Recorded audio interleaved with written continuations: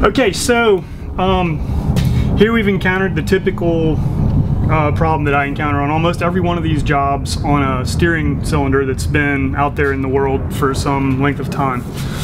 We have a support bracket that is completely seized into place. You can see all the nuts and everything are off of here, and in a perfect world it would just slide right off.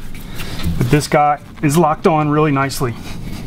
So one of the things that really bothered me about doing this job over the years is this creates a big time waste trying to figure out a way to get this thing off, and the methods for getting this thing off are really just a lot less safe and exact than I would like them to be.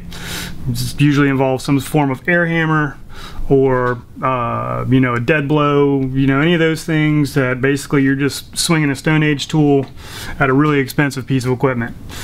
So what we have done is we've developed a puller for it, and what this does is basically just fits over the end of the support bracket here, and the main bolt has a cuff that pretty much locks it onto our support rod here. We get it in place and we can turn it and gently move this thing off in a perfect world, not break anything. So right now, like I said, we are dealing with a rather confined transom, and I'm just threading this into place and trying to find the best fit for it. And in this case, we are tight for space, and what I'm going to do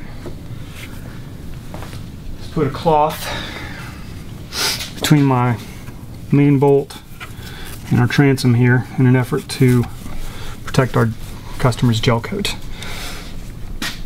And here we have a minimal amount of space for the puller itself to move backwards and get this bracket moving out of there. So I'm going to get a ratchet on it and start turning and see if we can break it loose. So I'm giving it a couple turns now.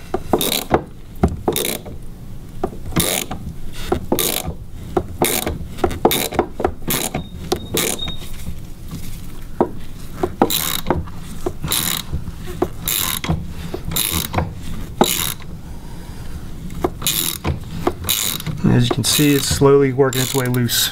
I'm just trying to be careful as much as possible of his actual transom, because as easily as this thing will break metal loose, it will certainly break gel coat loose a lot more easily. As you can see, we're just backing this thing off nice and slow. For me, this was a big deal. In the years that I worked in the dealership setting, this was the area where I would lose time on these jobs all day long, and obviously lose parts. And some of the shops you work in, you pay for what you break.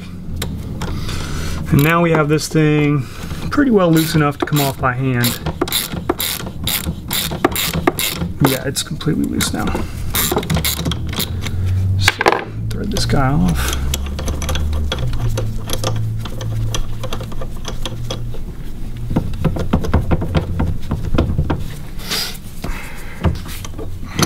And we're off.